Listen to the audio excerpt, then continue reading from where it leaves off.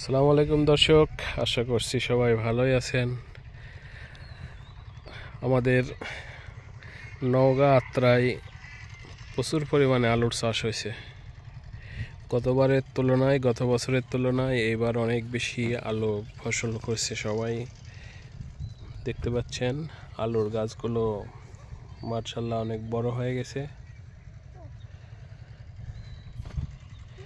এবং অনেক সুন্দর হয়েছে।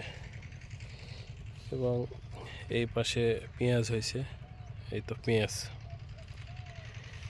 পেঁয়াজ আলু প্রচুর পরিমাণে করছে। গত বছরে এগুলোর দাম ছিল অনেক বেশি, যার জন্য এই আলুর যে বীজগুলো এইগুলো 100 টাকার উপরে কেজি কিনে অনেকে লাগাইছে।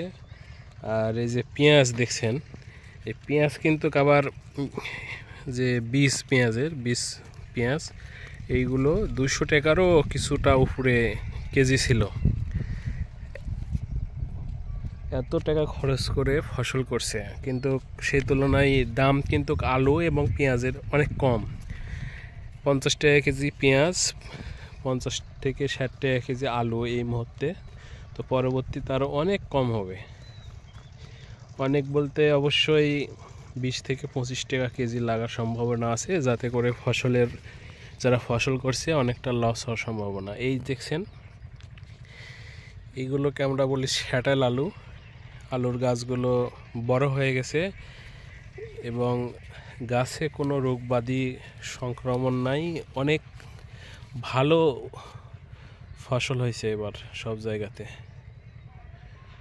খুব সুন্দর ফসল হয়েছে। এখানে দেখা যাচ্ছে এইগুলা রসুনে প্রচুর ঘাস হয়েছে।